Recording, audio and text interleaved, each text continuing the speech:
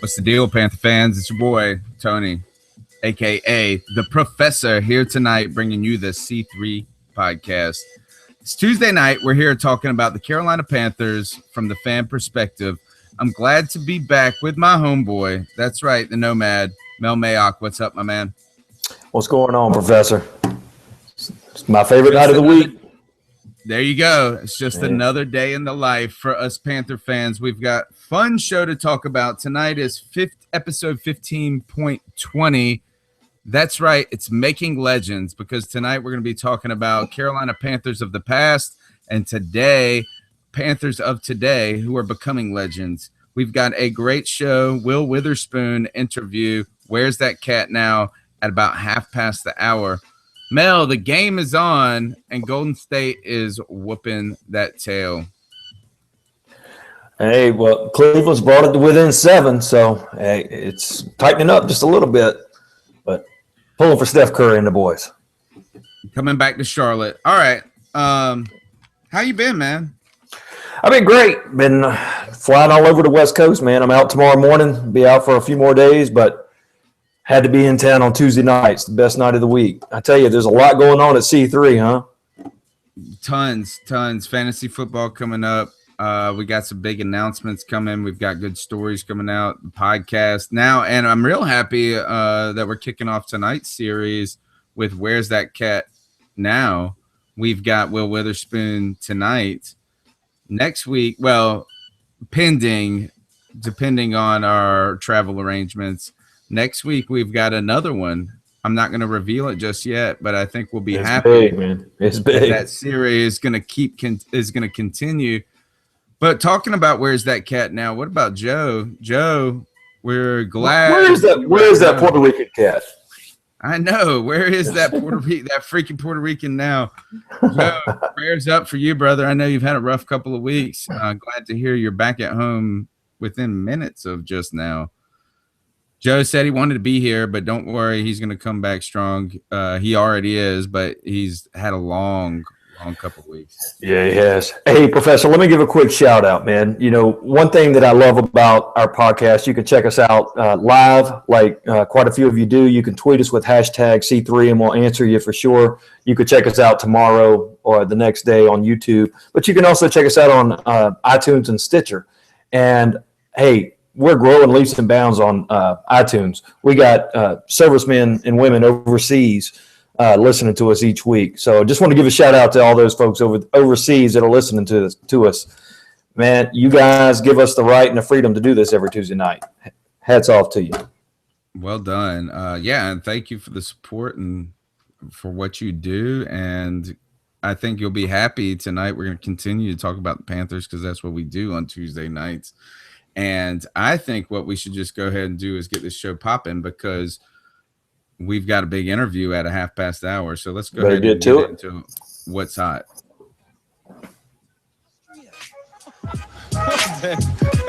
Good day, mate. Let's put another shrimp on the barbie. No, I'm just getting warmed up. Here's Charlie facing the fire, and there's George hiding in Big Daddy's pocket. Dylan and Dylan, because I spit hot fire. Like a flamethrower to this place. What's hot on C3? I think what's going down and what's been hot in talk the last couple of days and what we've been happy about, Thomas Davis extended, right? Mel, yes, can you tell us a little about these details of what is going down with this contract? Well, first of all, let me say kudos to the Panthers and getting this done and getting it done early, not stringing him out. I mean, they had all the leverage in the world. The guy came out and said, I'm not playing anywhere else. The Panthers cut me, I'm retiring. So that, they did the right thing. They got it done and they got it done quick, but what were you going to say? What was the deal? Tell me, what was the deal? He had 1 year left on his deal, right? So this year would have been his final year for the Panthers. And he was going to make $7.75 million. He was going to count $9.75 million. That was his cap number for the year. We extended him for 2 additional years, gave him $10 million guaranteed, $18 million over those total 3 years, lowered the cap number by $4 million this year. So when you're talking about a 32-year-old linebacker with 3 ACL tears getting $10 million guaranteed, knowing he's going to end his career where he wants to be, great contract, win-win all the way around. I agree. I mean, what a amazing storyline. In fact, let's hear from Thomas Davis on this. Gives me an opportunity to finish my career here, like I said all along I wanted to do, and I'm just excited about that. With all the things that have happened during your career, the fact that you're standing here today, being able to sign this contract, what does it mean? I mean, I think it's a true testament of loyalty. You know, this team and this organization has been extremely loyal to me, and I just want to return that as a player. And, you know, I get to finish my career here from start to finish, and there's not too many guys in this league that have played that can actually say that. You've had quite the year, going all the way back to January with the Walter Payton NFL Man of the Year award. Does this kind of cap it off as we get to the end of the offseason? Nope. The cap off is going to be when we're standing in San Francisco with that Super Bowl trophy. That's what we're waiting on, and that's what we're working for. Thomas, when you look at this team and now you can focus strictly on football, what do you see as the future, not just for you, but for this team as a whole? The future is very bright for us as a team. You know, when you look at this OTA process that we've gone through and you see how competitive it's been, this is the most competitive it's been in my whole time in the league, and it's going into my 11th year. So I'm excited about where we are right now as a team. We just got to continue to build off the work that we put in. You talk about loyalty. How special is your relationship with Mr. Richardson? And again, the fact that you were able to get this contract done. And it's definitely unexplainable. You know, what he's meant to me as a player, as a person. I cannot put it in words, you know, how much he really means to me and my family. And we're just very thankful that he believed in me enough to continue to give me an opportunity. And I'm standing here today because of him. Thomas, again, congratulations. Thank you. Appreciate it. That's Thomas Davis on his new contract, getting the extension. You know, this story, it's almost unbelievable in some ways. And what he has gone through to stay in the league, he comes in, he was a good player, but he was overshadowed by Beeson early in the first years of his career, I would say. And then he had the injuries. He was on and off the field and off more than on. And these were really serious injuries. They weren't like he was nicked up. He comes back. He played one season, just kind of like a make it on the team, I felt like, contract. I don't know if he was just still on, but like, I mean, this guy he was done, and he's like Lazarus resurrected, man. How crazy is this? How historic is Thomas Davis as a player, though? Well, you know, it definitely is. I mean, 3 ACL tears, and kudos to Marty Herney, right? We don't get to say that too often, but Marty Herney believed in him. Don't say that much. No, but give him credit because he stuck with Thomas Davis. He saw the work ethic in the guy, but even more than historic. Well, Gettleman did too. That's crazy. And he survived a regime change. Yeah, that's big to sign a regime. You know, the new guy. I mean, Gettleman comes in, and he's a pretty big cap number. Yeah, he could have been an easy target to take out, but he epitomizes the Panthers. To me, 2 players in the history of the Panthers epitomize everything that there is about the Panthers. One is the late great Sam Mills, and one is Thomas Davis. Just the relentless, never die, never give up. And you could throw Steve Smith in there, to a certain degree. But I'm talking about just never giving up, keep pounding mentality. Thomas Davis is the heartbeat of the Carolina Panthers. So to have him locked in for 3 more years with the rookie who everybody was saying was going to replace him, eventually will. But to have those 3 on the field, one day maybe. But I mean, he will replace him in the sense that my thing is the idea of having Luke Kuechly, Thomas Davis, and Shaq Thompson on the field at the same time. That's awesome. I know, right? It's going to be sick. The cool part. That's the cool part. Like, you don't got to worry, Thomas Davis, about him replacing you. Right. But, all right, so one other thing about Thomas Davis before we move on is that we know that he's the ultimate cheerleader, the ultimate like symbol. The story is just so good it's almost nauseating. It's so good. And they got to make a movie, man. Let's make a C3 movie. How about that? Yeah. Well, what I was gonna say is that like all of this was so good, and then he comes back and he is good. It's not just the storyline with Thomas Davis. Oh no, like, man! His play on the field is fantastic. Pro Football Focus had him in the top 5 last year. Top 5 linebacker in the league. 31 years old, 3 ACL tears. That's crazy. Yeah, I mean, I just feel like if this was just a story, like a human interest story, is that would be cool. Like a guy comes back and battles back and this and that and gets re-signed. But like, not only has he been re-signed, but he's an asset to this team. Yes, sir.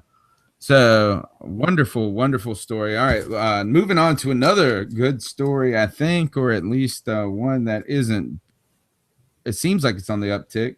Bruce DeHaven, who has been out with illness, he was made special teams coach a couple of months ago. Rich Rodgers, I believe, was moved to like defensive backs or something like that. Or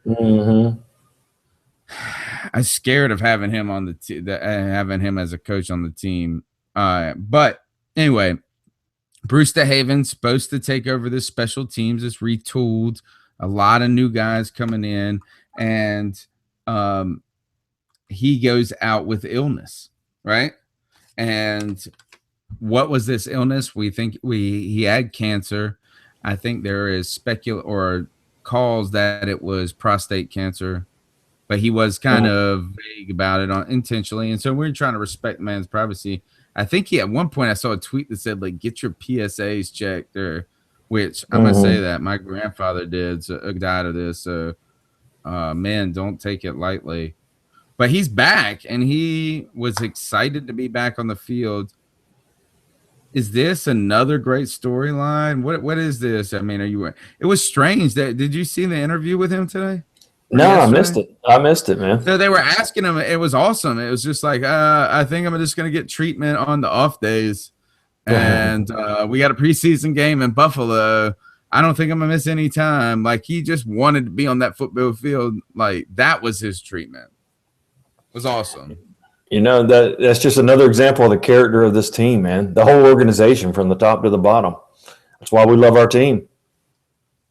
All right. Well, that's a great story. What about Sticky Wicky, our boy? Well, y'all been recognized. Y'all been recognized. For people listening on the podcast, that's what the whiteboard says tonight. Y'all been recognized.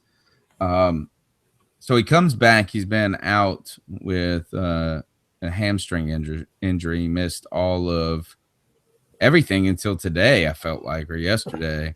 Yeah. And his first play on the field today, he made some spectacular one-handed grab interception on Kelvin Benjamin. So the story today is like, can he be the other corner, the outside guy? What do you think about that? I think he can. I mean, our whole secondary, excuse me while I get my second beer going here. Yeah, nice. He definitely can play the outside, but if we can get Peanut Tillman or someone else taking over on the outside, let him be a full-time nickel. Whew. I mean, I think that's where he really is going to shine, but he can certainly hold it down on the outside. But hey, let me ask you: am I the only Panther fan that every time you read something like that, you have mixed feelings? You're like, well, good for Benet, but what was Cam doing? Was his mechanics messed up again? What's going on? Every time there's an interception, it was like a real fantastic play. It wasn't like just took. I think that's what they said. It was just like this one-handed grab, and he dipped back. Like, he seemed football smart in the play. Who knows? I don't believe anything. When they don't have I barely even believe training camp, man. To be honest, I went and saw a training camp, and they are training, but like, it's not like this Olympian training that we think. They're running like real kind of let's not do this. I mean, And I'm not trying to detract from it. I'm just saying my initial impression when I went to training camp, you're just like expecting like dudes throwing up in the corner. I mean, they're working hard, but they make it look easy. Like that's what I'm saying is they just make it look easy. Yeah, well, that's the way it used to be before the latest contract between the Players Association and the league. Now it's more like touch football during training camp. Yeah. It really is. Sticky Wiki, got the sticky gloves on. We're rooting for you. You have a 41-inch vertical jump. I think you can hang. Even if you're short, you'll be all right. Ron Rivera said something like, yeah, I kind of wish he was 6'1" or 6'2", but he plays long. Poor fella. All right. Gary Peters, the undrafted free agent that hasn't played a play that everybody says is great, still out. They say you can't make the club in the tub. That's what I'm getting at right here is Gary Peters. Everybody says he's awesome and that he won't make it on the practice squad and things like that. And he didn't make it in the draft. I'll say that. But the other thing is he's hurt. He hasn't played at all. And Ron Rivera said this today. He showed well in rookie minicamp, but he's missing valuable opportunities. And like you said, what did you say again? I said you cannot make the club in the tub. Yeah, and that is the injury is more serious than we thought. So we'll be watching that at training camp. Look, but when the head coach is talking about an undrafted player, talking about them missing good opportunities, that's code for dude. You better get your butt out there no matter what, or you ain't making the team. Seen that before. Gives me an opportunity to finish my career here, like I said all along. Press the button on my computer. But you know what? Thomas Davis is so great. He fits in any situation. He does. That's right. He's just saying you need an opportunity, Gary Peters. Yeah. I forgot to tell you this. I didn't tell you, but we got our I believe we got our first sponsor as a podcast. Yes, sir. You don't even know about this. I don't even know about it, but I'm not surprised, man. Everything is going C3's way lately. I landed it tonight. So let's go ahead and take a break after What's Hot and give them a shout out. Hi, I'm Matt Ryan, quarterback of the Atlanta Falcons. All of us can't be 6'5", 250 pounds, athletic, and throw a football through a piece of plywood. I'm reminded of that most Sundays, and every time I visit the Queen City. That's why I train at Ordinary Joe's Gym. At Ordinary Joe's, I don't have to worry about fans calling me Meg Ryan. And when I find myself on my back, it's because I chose it. That's right. At Ordinary Joe's, I can be myself. So what are you waiting for? Come on out, and we can be ordinary together. Matt Ryan. Represent Ordinary Joe's. Nice. I was thinking that I feel ordinary too. This is an ordinary podcast. Maybe we should sign up at Ordinary Joe's Gym. Thanks, Matt Ryan, for that. So I think that the last thing we need to do before the interview, and I lost my notes, I had them right here, is finish that thought. So the idea was is tell me the score of the game. It's a commercial. I know it's a commercial. That was my idea. I was going to say this. Tonight's performance for LeBron means that's what my finish that thought is. Tonight's performance for LeBron means. And I need to see the score. Yeah, I know, right? but we'll play Deep Thoughts with Mel Mayock. Deep Thoughts with Mel Mayock. In tribute to Joe Riolano. Last I saw, Golden State was winning. So what do you think is LeBron loses the series? What does that mean for his legacy? Well, honestly, his first year back with Cleveland, losing Kevin Love and what's the other dude's name? Kyrie Irving, losing those two guys. If he doesn't win it, it's not going to tarnish his image. I mean, I'm not the hugest LeBron fan, but I do respect his game. He is outstanding. He's the best player on the planet. Can somebody tell us what the score of this damn game is? I know. It looks like it's halftime, too. It's like the longest commercial break we've been trying to. Somebody tweet us. You know what is that? I think this is just another damn excuse for LeBron. That's what I say. Good Lord. Oh, you hating on LeBron? No, I mean, I know he's only out there by himself, but it just feels like this had to happen to him. Like it couldn't have happened any other way. You know, why couldn't they have just been damn healthy, those other dudes? And this would have been an easy series. All right, that's what I got for finish that thought, dude. I'm ready to go ahead and jump into. Oh, actually, no. I forgot. We have to talk about Kelvin Benjamin. Kelvin Benjamin, I got 3 audio clips. The freaking Puerto Rican jumps in. Sorry, dude, but the freaking Puerto Rican jumps in. 43-45, Golden State. All right, so it's a 2-point game, man. So LeBron, here's my finish that thought. LeBron wins this. I mean, what else could you say?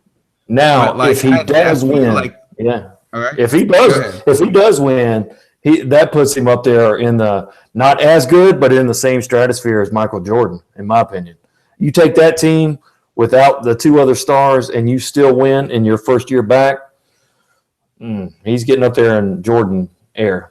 Don't you think though that like the Pistons from that era when they played Jordan would dominate any one of these teams on the court? They'd be fun to watch, the bad boys. You know, I mean, do you think that either one of these teams are better than the team that Jordan beat? I guess that's my question. Well, I tell you what, when Golden State is playing well, shoot, they are really good. They got so many players hitting 3-pointers, it is unbelievable. So they're tough to beat when they're hot. Okay, so one other thing, let's talk about Kelvin Benjamin. I got a couple of things. Let me hear this. Is that he seems to be growing up fast. Here's Kelvin Benjamin. I've got it labeled in my notes as the mentor. How would you describe him? What you mean, as in like a football player, or as a person? As a football player. On the field? I mean, he big. You know, we just, we played different ball, different schools, so we was taught different things. So, by him being, and he can learn from me though. That's my thing. I'm just trying to still make it more physical, so he'll be a physical receiver. Use his size. Mel, how you like that confidence? He's ready to be a teacher already, his second year. I like it, man. I like it. It's going to be interesting to see how he grows, but not everybody comes out and has 1,008 yards their rookie season with nobody else around him as far as wide receivers. I mean, he was getting double covered, pressed, and he hit the rookie wall. So it's going to be interesting. He could be a superstar. We'll see. I love to hear that. I mean, it takes confidence.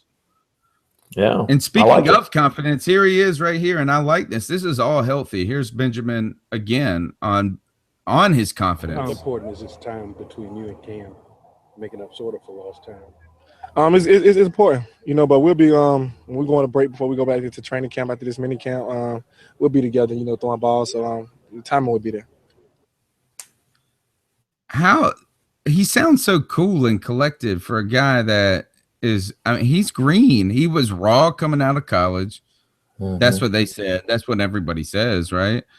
He comes in, he blows up in the first 10 games, kind of slowed down maybe games like 9 through 12, picks it up again, maybe a little bit against Tampa. He had a big game against Tampa in the end. Somebody corrected me on that one time. But how does that confidence? I don't feel like that's normal. I mean, that he seems so cool and collected. He missed a little time. Do you is that surprising to you? Is that maybe not surprising? Is that uplifting, Mel? It's not surprising. You know what the name of my fantasy team was last year? It's all about the Benjamin. Is that right? That's it. He's cool. He's collected.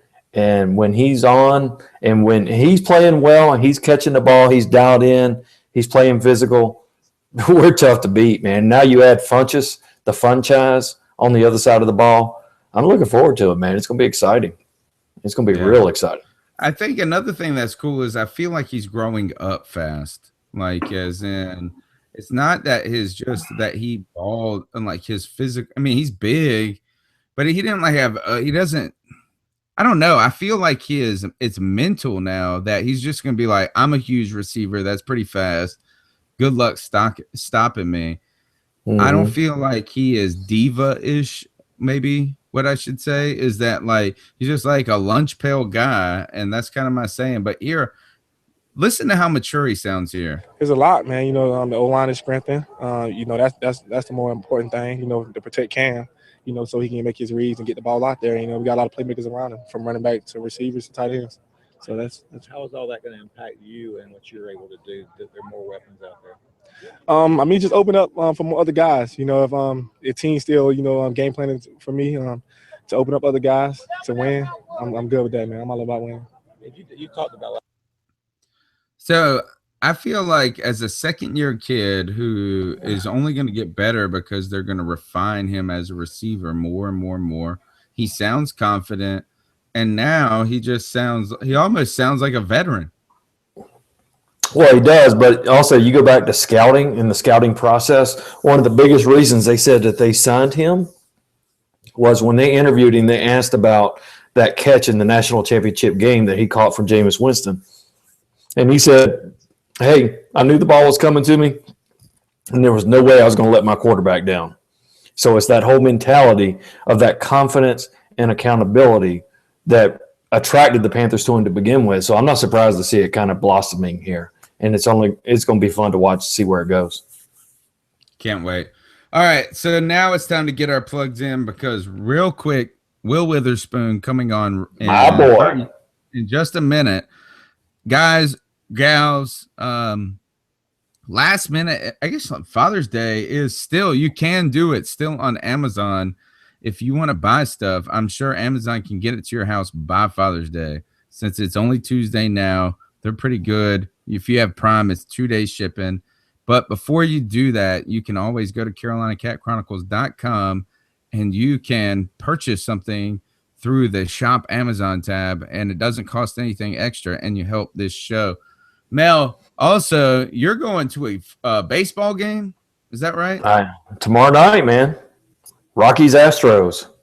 How would you buy tickets if you were? Let me tell you how I bought tickets. I bought 18 tickets for me and my closest friends, except for you, man. Why aren't you coming out to Denver?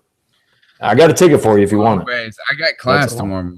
Ah, geez. All right. Well, all I did was I went to CarolinaCatChronicles.com, and over on the right, there's this cool-looking dude that it says Ticket Monster right in front of him. Just click right on there, and you go to any game that you want to. I saw some people tweeting the other day saying they bought tickets to the home opener through Ticket Monster at CarolinaCatChronicles.com. It's easy. You go out there, you buy tickets to anything. And not only does it not cost you more by going through Cat Chronicles, but it saves you money. I have saved so much money going through Ticket Monster because there's no fees per ticket. There's no mailing charges. There's no shipping, handling charges. And they upgrade you by the time that you buy it. If there's other seats available for that game before, the night before, they automatically upgrade you. They give you free upgrades. So 18 tickets tomorrow night. I'll be at the game through Ticket Monster. Well, speaking of, I want to give a big shout out to @PantherPride 10, like the letter O. Oh yeah, I like him on Twitter. Yep. Thomas Jerkins says this to Joey: got tickets to the home opener by going to CarolinaCatChronicles.com and clicking the Ticket Monster. It was easy. 3-peat. That's where it's at. Way to go. We're excited about that. But now what we're most excited about is to talk about and to introduce a new series. Dude, I've been looking forward to this all week. This is the C3. Where's that cat now? A C3 exclusive. We're kicking off what we believe to become a staple feature among Panther fans this week on CarolinaCatChronicles.com. Where's that cat now? It's a series that looks at past Panther greats and icons, celebrates their careers, and gains some insight into what life is like after Carolina. Let's kick off the series with the first installment. Will Witherspoon, where's that cat now? I'd like to welcome the Carolina Panthers' former 73rd overall pick in the 2002 draft. He played in Carolina from 2002 to 2005. He was a member of the 2003-04 Super Bowl team where he recorded 16 tackles in the Super Bowl. He later signed as a free agent with the St. Louis Rams, where he played through 2009 and spent time later with the Philadelphia Eagles and Tennessee Titans. Wow, what a career. Welcome, Will Witherspoon, to the C3 podcast. Yeah, thanks for having me on, and looking forward to this combo and just good things and seeing what's going on nowadays with everybody, myself included, right? Yes. In fact, that's what we're trying to do. So why don't you tell us, where's Will Witherspoon now, and what are you up to these days? Well, I'm staying busy as normal. Now I have a great thing that, I'm living in the sustainability of nature and environment and food for the last about 10 years. But when I actually went to St. Louis, I bought my first piece of my farm. I bought 185 acres. I got about 700 acres now, producing grass-fed beef, raising turkeys for a couple of local restaurateurs, and also just, living life and doing things there. But also, during the season, I'm staying involved in ball. I cover the Rams sideline reporter. I'm working through 101 ESPN. And I also do a couple of segments for their website and the local media station there. So I'm staying busy, enjoying things, but most of all, enjoying, after 12 years, enjoying the time I get to spend with my kids and what they're doing. And I've got my oldest, who's the book reader and volleyball player, my middle, who's now my super athlete playing in every sport that's going on, and my youngest waiting to catch up. So it's a good time and enjoying it all. I mean, I've done many things that we could probably spend hours on the phone talking about.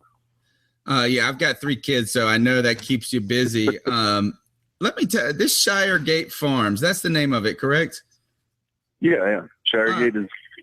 How'd you get into this? Where'd you, when and how did you get into this? Well, honestly, the funnier part is it starts with 2 horses. I bought the first piece of property for my 2 horses because I just got tired of paying boarding fees. I was like, for what I'm being that, I can own my own piece of property. So what's the most obvious thing to do? Buy a piece of property. Went out and bought my first, what was to be 2 or 3 head, and came home with 16 head of cattle. And from that point going forward, I really started understanding how cattle is produced, what goes into your body. And then a big part of that for me has always been, I've never been a guy who's done supplements or anything of that nature, really. So I always relied on what I was putting and ingesting into my body for my nutrients. So I got a great understanding there. It's led me down many paths. I'm speaking at the Green Sports Alliance coming up here shortly. And I also have done other things. I've spoken in front of Congress on the Panther bill, spoken about WOTUS. These are other things that people can look up, I'm sure. But they're things that keep things busy and involved. And, overall, just this wonderful lifestyle I think people need to live. It's kind of crazy to me, and it has been, that I can go into a school and ask kids where chicken comes from, and a lot of kids will say Publix, and they don't understand, the background or what the back end of it is. And, you asking them, what's the next step before that? Where they come from before Publix, and I've had a kid say freezer. So you want to educate kids. It's a part of it, too. I mean, it's all about, how you put it all together. It's interesting you mentioned kids in that, because I was I've been studying you, and I'm a historian by nature, so that's my trade. So immediately when I knew I was going to get the opportunity to talk to you, I've been reading the newspaper articles from 2003, and I saw on your website that you wrote, "I want my kids, and all kids really, to grow up in a way that is more in touch with the natural environment." You own livestock. You own, from what I saw, 2 doggy daycare centers with animal shelters. And if I'm correct, one of these was started with Dan Morgan in Charlotte. Yeah. Where did this? Oh yeah, Dan and I still own those. That's always been our thing, and that was kind of a connection that Dan and I had, both of us. At the time, I had 5 dogs at the time then too. I had 2 Weimaraners, English Mastiff, Great Dane, and a Greater Swiss. And Dan had his Bull Terrier and French Bulldog at the time. And we just, got involved in that because we knew that we weren't satisfied with what was around. Like at the time, we just weren't happy about it. So we went on to the next step and took that let's build a doggy daycare that we want to send our animals to and we'll want them to enjoy. You know, some place where they had open indoor space, open outdoor space, could be, you know, communicable with other dogs and really just a great environment for the animals all around. And we've been involved with that. That's been 10, 12, almost 10, 11 years there, 12 years there now. Where did this intense love for nature and animals come about? You know, always been an outside kid. Like it's one of those, you got to be outdoors and get down. And you know, I'm trying not to come home until the street lights came on. You know, the old saying, get in when that happens. So, you know, we were always outdoors, outside. In some of the family history, you know, my dad used to work for a tobacco farmer growing up as a kid, and there's still some great family friends there. They raised cattle and did dairy as well, so you know he has a little background there. My uncles, two of my dad's uncles were thoroughbred horse. One was a great thoroughbred horses. The other is Uncle Frank, who's actually in the Tennessee Walking Horse Hall of Fame. Is, you know, always been around. Like, it's just, animals have always been part of our nature. I think it's almost a sin in our family not to have an animal in the house. Like, if you don't have, you know, at least a dog around, something's wrong with you. Like, you can't be a Witherspoon without an animal around the house. So, you know, we've kind of grown up with all that, and it keeps it going. Like, it's just fun, and I think it's part of, you know, the way things should be. I mean, my kids, you know, my daughter and I sit down and watch, I think, one episode of Dirty Jobs several years back where he was slaughtering a cow on the farm. And before I even watched that, you know, my oldest at the time was probably 6. And we had a good conversation about where beef comes from and what happens and how it all comes to the table and everything else. And she, you know, clearly said, I understand that. Like, I know, like, we raise some cattle because they're our pets, but we also have some that are, you know, for food. But they got to be good, and we got to do that. And it's good for people because they don't have all these other things in them, or we're not giving them, you know, things that are going to make them sick or us sick. So when they have that understanding, you know, that's a great thing. And I want to just expand that. You know, speaking out all day long about that. Speaking of that, in 2012, you briefed members of Congress at a meeting sponsored by Representative Slaughterhouse about the current use of antibiotics in livestock, and you were calling for support of the Preservation of Antibiotics for Medical Treatment Act.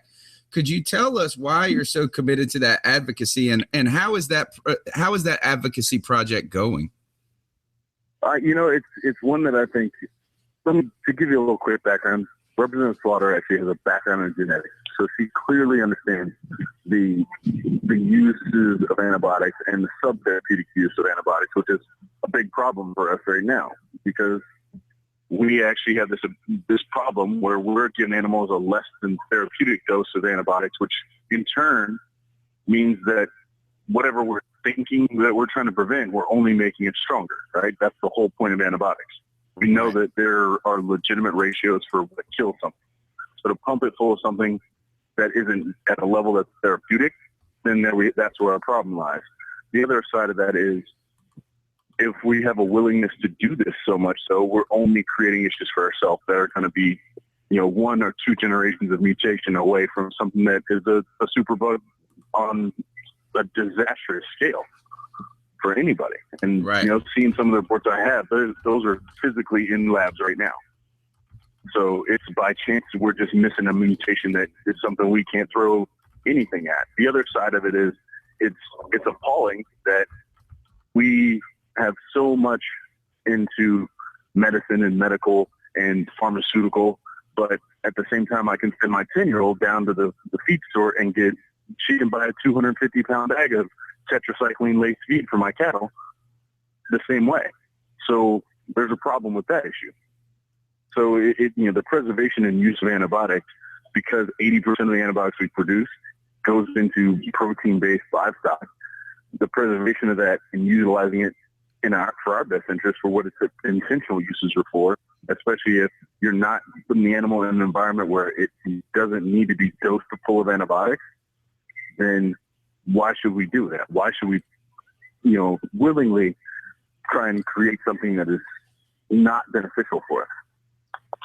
That's the same issues just with people and the taking of antibiotics and the overprescription of antibiotics and the worries with the MRSA and the superbugs with that is, you know, what happens when you don't kill it all? Exactly. And that's all we're doing. Everybody, a lot of people say, oh, it's not going to ever happen. We cook foods or do things like that. What happens every time you touch something as you're in preparation or doing something, and it only takes that one chance. That's what we can be willing to risk. So why not produce our food, especially in a manner that is acceptable for all of us? I mean, if you really go out there, if you go to the European Union and try and sell U.S. beef there, they're not going to buy it. We can't ship our beef there, but we buy plenty. So what does that tell you there? One, especially since 9 years ago, they banned the use of antibiotics within their livestock production at a sub-therapeutic level. Yeah, and I know that most bugs start with animals and then come to people, and that's where the mutation comes. So if we can be more careful in the beginning, it can only help us in the end. Yes, of course. I think you're right. You have to take a front-end approach to a back-end problem. Are you by any chance familiar with former NBA basketball player Will Allen and the Growing Power Project? I do know a little bit about it. I will say I haven't delved into it as much as I probably need to, just because I probably haven't had enough time. But yes, I do know a little bit about it. That's just what came to mind when I was reading about Shire, your farm and the project, the Shiregate Farms and your project. But speaking of, actually, I do want to ask you some football questions, and that is, I want to though, before we get to that, I got to ask you this: what do you take more pride in, notching 16 tackles in the Super Bowl or being named top 10 sexiest environmentalist by Rondell News? I think they're both an equal measure. Two totally separate parts of my life, but definitely an equal measure. That's the Super Bowl is one of those things that I'll never forget. I remember I tell guys and I've told guys plenty of times that they're always trying to get to that pinnacle moment. They're always trying to be there. And I said, look, when I got there, my second year, that might have been one of the luckiest things I felt like I ever had, because I haven't been back since. But I know this. I also had guys on my team who've been to another Super Bowl. I also had guys who've been in 10 years who've never been and finally had their shot. So make the best of it when you get it. You have to keep striving for that. That epitomizes the team, that epitomizes the sport. It's the pinnacle of what we all want to reach there. So that's the moment that I cherish in that portion of my life, that portion of what I got to be. My family got to be involved. I got to, everybody who wanted and needed to be there got to be there and be part of that and enjoy that moment with me. As far as being named, one of the 60th environmentalists, hey, that's pretty solid, because I looked at the rest of the list and I'm happy to be in the top 10 compared to some of the people I saw on that list. But it's a whole other avenue of my life that I'm just as passionate about as I am with football. So I have to look at it from that. And to me, it's they're separate but equal. Is the best way to put it.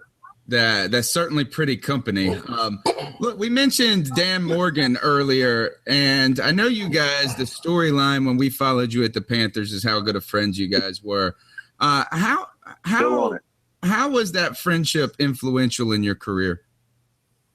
It was Dan and I kind of became fast friends, and that friendship was fostered by our relationship with Sam. Sam was a great inspiration for us both. Like, Sam, of course, drafting me there and Dan there and bringing and coming together and just looking at how we got to operate. I mean, that just made it great for us. I mean, that was just that trifecta, I guess, of how our relationship really was. It just bloomed and blossomed there. And unfortunately, we didn't get to spend as much time with Sam as I knew Dan or myself would have enjoyed. And now, Dan's working out on the West Coast in Seattle. As a matter of fact, I think he just got promoted to head of pro player personnel for the Seahawks, which is fantastic. I love it. And I think it's a perfect position for him. And it all began, just with that ability to learn to trust somebody on the field. And Dan had a willingness to kind of help me and teach me from a different angle than most guys, too. I think that was one of the things that Sam pushed upon all of us, is that he wanted all of us to be separate but equal, is a way to put it, but also knowing that we all had to rely on each other. So you want to make sure everybody can do what they need to do without excluding them from the group. Like there was never this, oh, we're trying to take your job. It's go out and play the game. What happens happens, and that's the business side of the game. But let's go out and play the game. And we're seeing these first, in front of me next, or, is the next way to put it. You mentioned Sam Mills, and that's where I wanted to go next. Is that we interviewed Joe Menzer, a Charlotte beat writer, and he writes for the Panthers.com. He's been around the block, and he mentioned that Sam Mills was the greatest story, or his favorite story in the Carolina Panthers history. When you arrived to Carolina, you arrived into a kind of just a tremendous situation. Mark Fields was returning from a Hodgkin's disease. Sam Mills. Well, actually, I got to see both of them at the same time, right? So I came in the year before that all happened. So we came in that training camp. Yeah, that training camp when Mark jammed smashed his thumb between two helmets, and just a simple drill, just bam, and that thumb just wouldn't heal.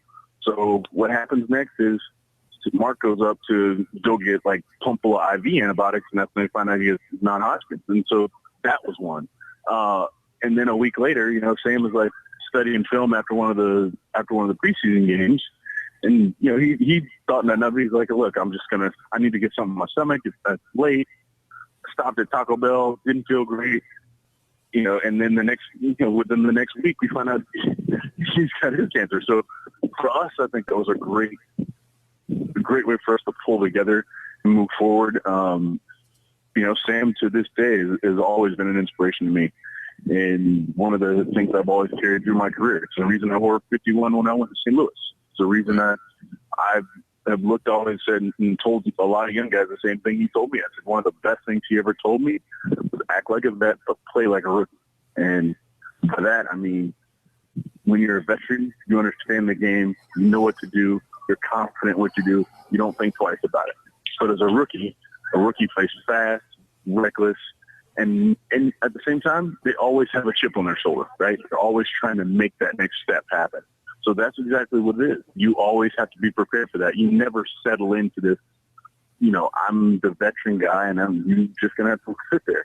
You always have to strive to do the next thing and be the next level of what you can and take yourself to the highest point that you can in your career. So that's what I've always said and instilled in the guys that I've been teaching too. But, that lesson for me came through Sam.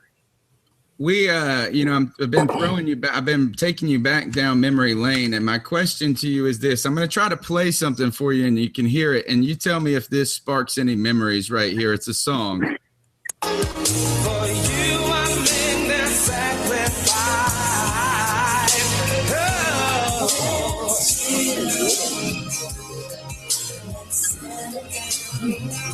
That's what I want. That is Guy. Let's chill. Does that bring back any memories? Mark Fields. That's BC all day long. That guarantees all day. He guarantees all the way. We used to hit that just chill. Just be like, man, just chill all day. It was one that was kind of comical. And you had that moment. He was the vet in our group at the time. He's been in 10 years. And you sit there and go, man, what was that? And he'd be like, man, that's just chill. Like, we've been here before. We've done this. And that was crazy. So I hear that.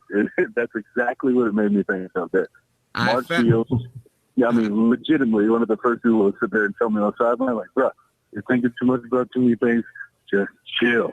I found I was plowing through the archives and I found this story where Mark Fields comments on Will Witherspoon as a rookie, and he says, quote, "I thought, oh God, where did they find him?" He said, laughing. "We used to have to sing a song to him. I think it was by Guy. It goes, 'Let's chill, just chill.'" So I thought you would appreciate that. I got another Sam Fields question is, do you remember him carrying around a James Brown doll at any time? Yeah, I saw him carry it a few times, and you're one of those, you go, all right. But he used to, I feel good. I think that was just kind of part of it. I think it was one of the ways he just expressed it himself and expressed to us.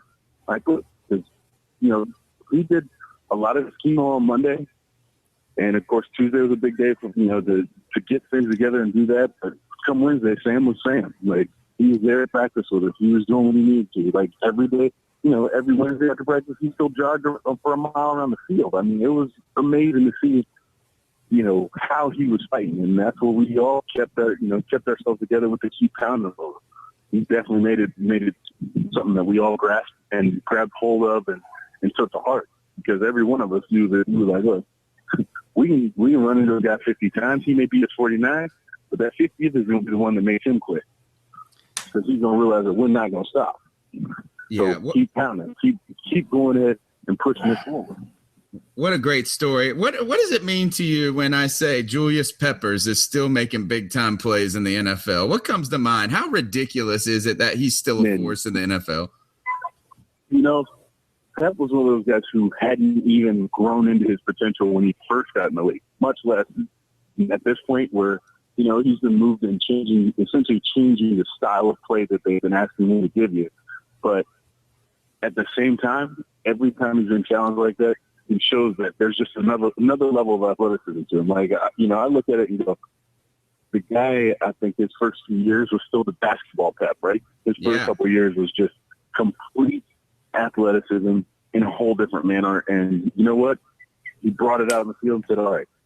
And then you got to see him develop the football aptitude of it and how it came in. We also kept growing size from about 250 to now he's like 290. What in the world? Every year we saw the football aspect grow, because he wasn't splitting himself in two ways. I mean, you look at it and go, all right, he's a two-sport guy. He's trying to do these different things. And I remember, the same thing. I used to do the same thing in high school. It was in football season, I was going to be one weight, and track season, I was going to be lighter, because I didn't want to carry all that for the 400. That was going to be it. So you got to see the same thing come out with Pep, where once he got his focus changed and moved around, then it moved into that. It moved into this whole moment of, all right, here we go. This is how it is. And now I'll show you guys what it is when I'm focused completely on this one spot. I'd be remiss if I didn't ask you about the Carolina Panthers and their linebackers these days. What did you think of the Shaq Thompson pick? I don't know yet. I want to see how it really comes together. It's always one of the things. Everybody asks how you feel about picks. I don't really care about what you pick in my mind. I really come to see how a guy develops on the field. When I was picked, there was the same question. I looked the same way. Whoa, what happened? Who's this third round guy, and why is he so thin? I was skinny man on the field at times. And then, of course, when I got on the field, it was just to go out and make the play, do what you need to do. The same was to be said. You look at it, you go, all right, here's what he is. How is he going to be? What's he going to bring to the table for us? Let's make sure we can put that on the field. Now, that's where you want to see the development change. That's where you want to see the next, that next step come into play, that next level of character come into play. And see how he grasps the system, how he grasps the game at the pro level. I mean, a lot of people say that the biggest thing between, college and pros is really, one, an understanding of the game, and two, the speed of the game, because now there's no slouches on the field. So I think it's an interesting pick. I want to see exactly how it really comes together and what he develops into. But, that's something we're going to see on the field this year, I think, and moving forward. But with Luke and Thomas there, I think he's got some great teachers in front of him. Yeah, at 6 foot 228, the guy, the label is he's undersized, but they said something about but you want to talk about undersized. You know what I was when I came in? I was just about to say 6'1", 236. Oh wow, I was 211 when I came in. That I went into the combine with a gut full of water and hold my abs in as tight as possible. Holy moly! I know this. The morning of the Super Bowl, I checked in way in that morning at 214. So, and you know who you talked to me about undersized? Sam.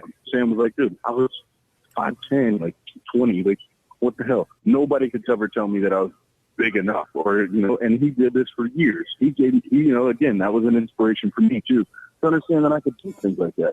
Now, mind you, don't get it wrong.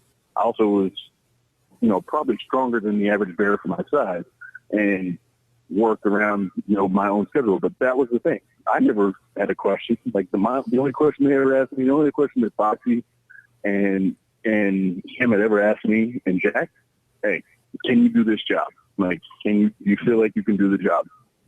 And that was, on the phone before I ever got the pick happen. And I was like, hey, if I didn't think I could do it, we wouldn't be having this conversation. If you didn't think the same. So let's go ahead and see what we're going to do. I was hoping you would say that. I got two last questions for you. You're a Georgia guy. So many great players came out of Georgia. Carolina Panthers have had a long history of great Bulldogs. One played high school ball about 20 minutes from where I live in North Carolina. So I got to ask you, are you a girly man? Yeah, I definitely think so. Gurley is going to be a great player, I think, in this game. I think he's got a great running style, great attitude, and, you're not going to see many backs his size that have the ability he does. So you're definitely going to look forward, and what I look forward to is a good long future for him in this game, and doing great things. I mean, I haven't really got to see it yet, right? Because he's still recovering, still growing, still understanding, getting a good grasp of the game. But I look forward to the season every day. Well, we're huge fans because, like I said, he played high school football right down the road from us, and I've actually had "I'm Girly Man" T-shirts made. So I'll send you a picture. You're going to send me one of those? I will, and I don't know if I got a size big enough for you. Maybe if you're down to 211, definitely. I will send you a picture for sure, and I will mail you one of those shirts. My last question for you is this. I've taken up plenty of your time, so I got to ask you, can you tell us how to say, let's go on a road trip to the Sequoia National Forest in German? Oh, my God, no. At this point, I haven't used German in like 15 years. I honestly, it's so funny. I keep trying to figure that out. My people, I really don't speak German as well as I used to. And honestly, nobody to talk to, so I floating freely out my brain. But that was a great trip with my kids that I just took them on. So we went out to, just so everybody knows, we went out to Sequoia, we went to Yosemite, went to Yellowstone, and the Black Hills, Badlands, and in my RV. So the kids had a great trip on it. We did about 7,000 miles round trip there. Ooh. Thank you so much for your time, Will. And man, it was great catching up with you, and we're glad to know where's that cat now. Yeah, thanks. And it was good catching up, and of course, I still keep up with the Panthers and check in to see what's going on with Big Cat and everybody else there, and TD and I and several other boys just still catch up, and just looking forward to seeing what happens in the future. That is Will Witherspoon on the very first episode of Where's That Cat Now? What did you think about that, brother? First of all, I think that was the best interview in C3 history. Number one. You haven't heard it yet. You know what I'm saying? You were waiting tonight. You were in the audience as well. That was incredible, man. And the preparation, man. We got to call you the professor, aka Tony Wawa. You liked that, didn't you? I loved it, man. The preparation. How do you say RV trip to the Sequoias in German? Dude. Take that. In the guy song. I disarmed Will Witherspoon. You did. That was awesome, man. What a great cat, man. What a great dude. I know. He opened up, right, like a book, man. It was awesome. He did. Followers were tweeting, like Missy on Twitter says, hey, this is a topic she was passionate about as well. The whole, better clean food, no hormones, no antibiotics. What a great cause. Dude's doing some good stuff. Well, yeah, man. I mean, active. He's a sideline reporter for St. Louis Rams now. Yeah. Panther Nasty, Chocolate Wonderland actually said that on Twitter earlier in the week. We were talking about Will, and he's like, man, looking back, the Panthers had to choose between him and Dan Morgan contractually. We thought it was the right move to go with Dan Morgan at the time, but, man, that was the wrong move. Will Witherspoon. I don't want to talk about why that was why we thought that was the right move. I didn't think so. But I remember being in the minority then, and I was still a kid, but good Lord. That's a throwback interview right there. That had all the good stories, brother. Sam Mills. I did. Mark Fields. It was awesome. It was a good interview. All right. So let's get out of here tonight. I don't think we can follow much in that, but we do got to do our ice up picks. And yes, Susan, I am going to tell you to ice up for watching the finals instead of watching the C3 podcast. Yes. You just missed the most ultimate interview, but Susan's cool enough that she'll probably listen to us tomorrow morning or whatever in the gym. And she's cool enough, she'll give us a thumbs up on YouTube. So if you're listening to us on YouTube, give us a thumbs up. She's going to do it. I bet you she's got an iPhone. So you're going to do that on, what do they call it? iTunes, right? She did tell me she's all about the mobile. See, if you're on Stitcher, you can give it a thumbs up. I don't know what you do on iTunes, but you probably do something nice, like write a review and say, "What's up? That was a good job. Sorry I missed it. I was getting iced up watching the basketball game." You got an ice up pick of the week, sir. I do. And as a matter of fact, Golden State right now up 69-58 with a minute 32 to go in the third. But for my ice up, son, sticking in the basketball vein, all right, this is a guy that I had great expectations for. The Hornets bringing back the buzz to the Queen City. Finally, the guy who was man enough to blow in LeBron James's ear and get under his skin last year in the playoffs, Lance Stevenson. We signed him last year, and everything was right with the world. After making the playoffs the year before, bringing in Top Gun, Lance Stevenson was going to take the Hornets to the promised land. We were excited, but as we found out, like the Tampa Bay Buccaneers find out every year, free agency is not all that it's cracked up to be. You come in, you don't fit, you don't mesh, you average 8 points a game, and you look like you think you're playing for the Harlem Globetrotters instead of the NBA team that you're actually getting paid $9 million from. Lance Stevenson, dude, going out to LA and improve, quit playing Harlem Globetrotter style, get back to what you were supposed to do best. Tell him what he's got to do. He's got to ice up. He has to ice up. Lance Stevenson. Please. That was the professor's way of saying, hurry up, we're running out of time. I mean, you got to tell him at least what to do. You got to ice up. My ice up pick of the week goes to Tiger Woods.